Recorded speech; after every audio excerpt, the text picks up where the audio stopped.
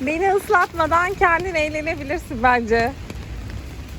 Şu an ben çok korunaklı değilim. Sen zaten yeteri kadar ıslandın.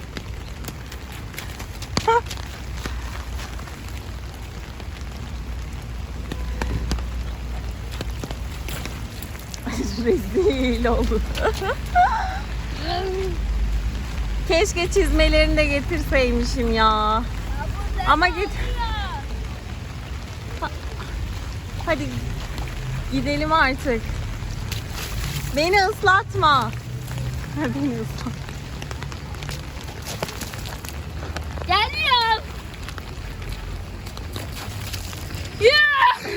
Islatacağım. Hadi yürü yürü. Yürü evimize gidelim. Gel buradan gidelim. Çok suluyum. Evet. Seni. Lavaboda bitti çok güzel. Hadi hadi. Ben de şemsiyeliyim. Abi biraz çektin değil mi? Videoya çektin değil mi? Çektim seni, anı kalsın.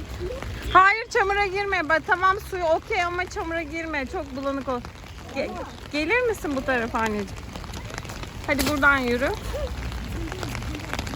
Bir tane su bulacağım. Yanı ıslatacağım. Okul dönüşümüz yağmurlu bir güne denk gelirse böyle olur. Çizmeleri getirmedim.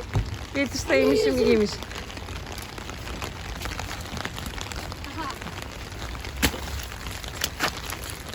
Beni ıslatmamalısın ama.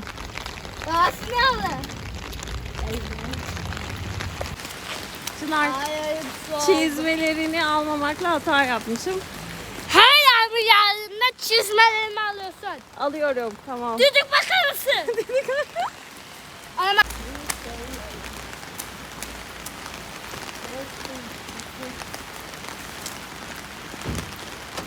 Ama Çınar. büyük bir şelale var. Oraya da attıracağım.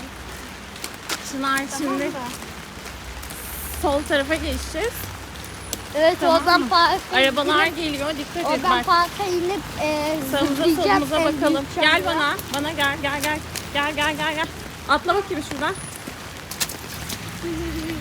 Atladım. Hadi bakalım, yürü bakayım.